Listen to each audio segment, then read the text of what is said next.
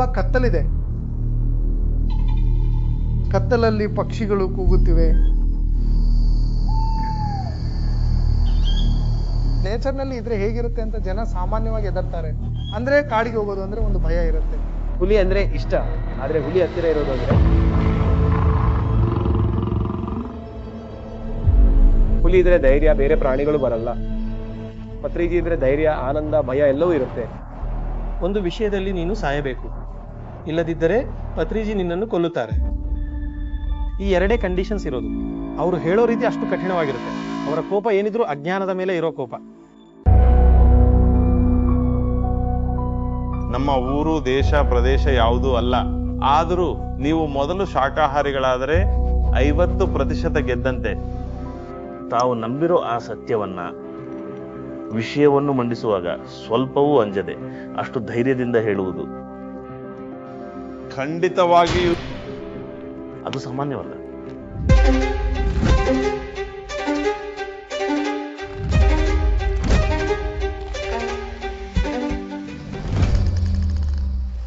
ಇರೋ ದೃಷ್ಟಿಯಲ್ಲಿ ಒಂದೇ ವಿಷಯ, ಯಾರು ಧ್ಯಾನ ಮಾಡ್ತಾರೋ, ಯಾರು ಧ್ಯಾನ ಪ್ರಚಾರ ಮಾಡ್ತಾರೋ ಅವರು ನನ್ನವರು ಅನ್ನೋದು ಇವರ ತತ್ವ. ಅಂಥವ್ರು ಒಂದು ಸಣ್ಣ ಗುಡಿಸಲಿದ್ದು ಕೂಡ ಹೋಗಿ ಅವರ ಜೊತೆ ಕೂರೋ ಮನಸ್ಥಿತಿ ಇವರದು.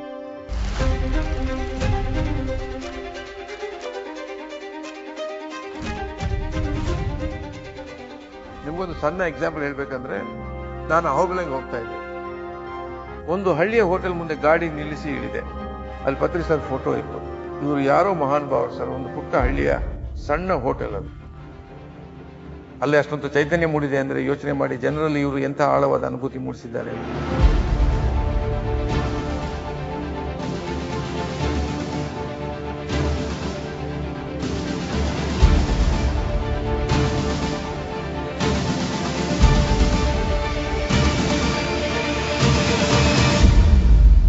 ಒಮ್ಮೆ ಮನೇಲಿದ್ದಾಗ ಲೇಡೀಸ್ ಯಾರಾದ್ರೂ ಬಂದು ಇವರನ್ನ ಏನಾದ್ರೂ ಕೇಳಿದ್ರೆ, ಸರ್ ನಿಮ್ಮನ್ನು ಕೇಳಲು ಎಲ್ಲರಿಗೂ ಭಯವಂತೆ, ನೀವು ಜೋರಾಗಿ ಬೈತೀರೆಂದು ಅವರು ಹೆದರುತ್ತಾರೆ ಅಂದಾಗ, ನಾನು ಯಾರಿಗೆ ಬೈದಿದ್ದೇನೆ?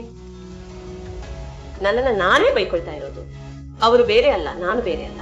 ಸರ್, ಹೊರಗಡೆ ಮಕ್ಕಳಿಗೆ ಎಷ್ಟೇ ಕೋಪ ತೋರಿಸಿದ್ರು ಅವರ ಒಳಗಿರೋ ಆ ಪ್ರೀತಿನ ನಾನು ಅವರಲ್ಲಿ ನೋಡಿದ್ದೀನಿ. ಅದು ನಿಜವಾದ ವಾತ್ಸಲ್ಯ, ತಾಯಿಗಿಂತಲೂ ಹೆಚ್ಚಿನ ಪ್ರೀತಿ ಅದು. ಅತಿಥಿ ಸತ್ಕಾರವನ್ನ ಅವರಿಂದ ಕಲಿತೆ. ಅಲ್ಲಿಯವರೆಗೂ ನಮ್ಮ ಅನುಭವದಲ್ಲಿ ಡ್ರೈವರ್ ಎಂದರೆ ನಾವು ಕೆಳಗೆ ಕೂರುತ್ತಿದ್ದೆವು. ಆದರೆ ಅವರು ನಮ್ಮನ್ನು ಡ್ರೈವರ್ ಪಾಕದಲ್ಲಿ ಕೂರಿಸಿ ಊಟ ಬಡಿಸಿ ತಿನ್ನಿಸಿ ಆಮೇಲೆ ಕಳುಹಿಸುತ್ತಿದ್ದರು. ಅವರು ಆ ಮಟ್ಟಕ್ಕೆ ತಲುಪಲು ಅದೆಷ್ಟೋ ಕಷ್ಟಗಳನ್ನು ಅನುಭವಿಸಿ, ಅವಮಾನಗಳನ್ನು ಸಹಿಸಿಕೊಂಡು ಕುಟುಂಬದ ಅವಶ್ಯಕತೆಗಳನ್ನು ಬದಿಗೊತ್ತಿದ್ದಾರೆ. ಪಿರಮಿಡ್ ಪಾರ್ಟಿ ಬಗ್ಗೆ ಸರ್ ಹೇಳ್ತಿದ್ರು, ನಮಗೆ ರಾಮರಾಜ್ಯ ಬೇಕು ಅಂತ. ನಾವು ಯಾವುದರಲ್ಲೂ ಕಡಿಮೆ ಇಲ್ಲ. ನಾವು ಯಾಕೆ ರಾಜ್ಯಭಾರ ಮಾಡಬಾರದು? ಒಬ್ಬ ರಾಜ ಆಡಳಿತ ಮಾಡ್ತಿದ್ದಾನೆ ಅಂದರೆ ಅವನ ಮೈಂಡ್ ಸೆಟ್ ಸ್ಪಿರಿಚುವಲ್ ಆಗಿರಬೇಕು. ಬುದ್ಧ ಇರಲಿ, ರಾಮ ಇರಲಿ ಅಥವಾ ಕೃಷ್ಣ ಇರಲಿ, ಅವರೆಲ್ಲ ಧ್ಯಾನ ಮಾಡಿನೇ ಅಲ್ವಾ ರಾಜರಾಗಿ ರಾಜ್ಯವನ್ನ ಆಳಿದ್ದು. ಅದು ಸಾಧ್ಯನಾ ಇಲ್ವಾ ಅನ್ನೋದಕ್ಕಿಂತ ಪ್ರತಿಯೊಬ್ಬರಿಗೂ ಧ್ಯಾನವನ್ನ ಪರಿಚಯಿಸಬೇಕು ಅನ್ನೋ ಉದ್ದೇಶ ಇತ್ತು. ನಾವು ಗೆಲ್ತೀವಾ ಇಲ್ವಾ ಅನ್ನೋದು ಎರಡನೇ ಮಾತು. ಹಾಗಾಗಿ ಅವರು ಯಾವತ್ತೂ ಮೆಂಬರ್ಸ್ ಬಗ್ಗೆ ತಲೆ ಕೆಡಿಸ್ಕೊಳ್ಳಿಲ್ಲ. ಇಷ್ಟೇ ನಂಬರ್ ಇರಬೇಕು ಅನ್ನೋ ಆಲೋಚನೆ ಅವ್ರಿಗೆ ಯಾವತ್ತೂ ಇರಲಿಲ್ಲ. ಅವರ ಆಲೋಚನೆ ಏನಂದ್ರೆ, ಕೇವಲ ಒಬ್ಬರು ಬಂದರೂ ಸಾಕು, ನಾನು ಅಂದುಕೊಂಡಿದ್ದನ್ನ ಹೇಳಲೇಬೇಕು ಅಂತ ಅಷ್ಟೇ. ನಿಜವಾಗಿಯೂ ಅದು ತುಂಬಾ ಕಷ್ಟದ ಕೆಲಸ. ಆ ಕಾಲದಲ್ಲಿ 10 ಜನ ಇದ್ರೆ ಅದೇ ದೊಡ್ಡ ವಿಷಯ. ನಾವು ಯಾವತ್ತಾದ್ರೂ ಊಹಿಸಿದ್ವಾ ನಮ್ಮ ಮೂವ್ಮೆಂಟ್ ಇಷ್ಟು ಹೈ ಲೆವೆಲ್ಗೆ ಬರುತ್ತೆ ಅಂತ, ಇಷ್ಟು ಪ್ರಚಾರ ಆಗುತ್ತೆ ಅಂತ ಕಂಡಾಗ್ಲೆಲ್ಲ ಅವರು ಎಷ್ಟು ಸಲ ಹೇಳಿದ್ದಾರೆ ಅಲ್ವಾ.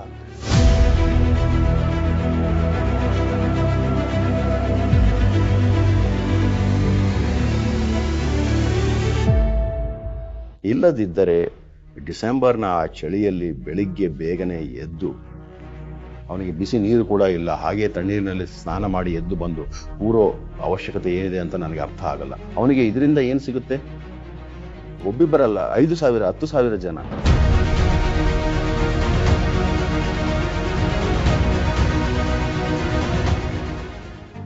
ಆಗ ಎಲ್ಲರಿಗೂ ತಿಳಿಯಿತು PSSM ಅಂದ್ರೆ ಏನು ಅಂತ, ಪತ್ರಿಜಿ ಅಂದ್ರೆ ಯಾರು ಅಂತ ತಿಳಿಯಿತು.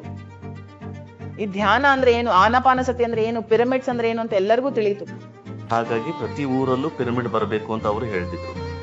ಅದೇ ಆಗಿರೋದು.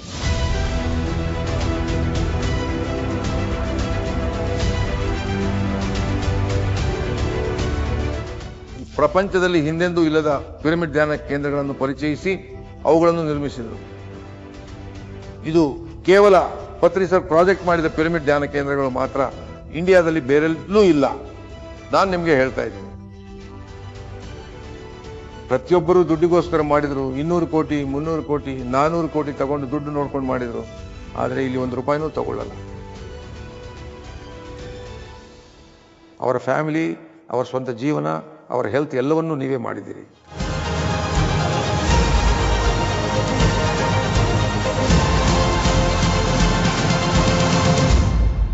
ಆದರೆ ಪತ್ರಿ ಸರ್ ಅನ್ನೋ ವ್ಯಕ್ತಿ ಎಂಥವ್ರು ಅಂದರೆ, ನಿಜವಾಗಿಯೂ ನಾವು ದೇವರು ಅಂತೀವಲ್ಲ, ಆ ಪಾತ್ರಕ್ಕೆ ಅವರು ಸರಿಯಾಗಿ ಹೊಂದುತ್ತಾರೆ.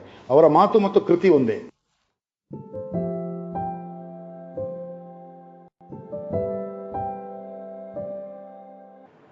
ಅದು ಪ್ಯೂರ್ ಅವತಾರ, ಸಂಪೂರ್ಣ ಅವತಾರ.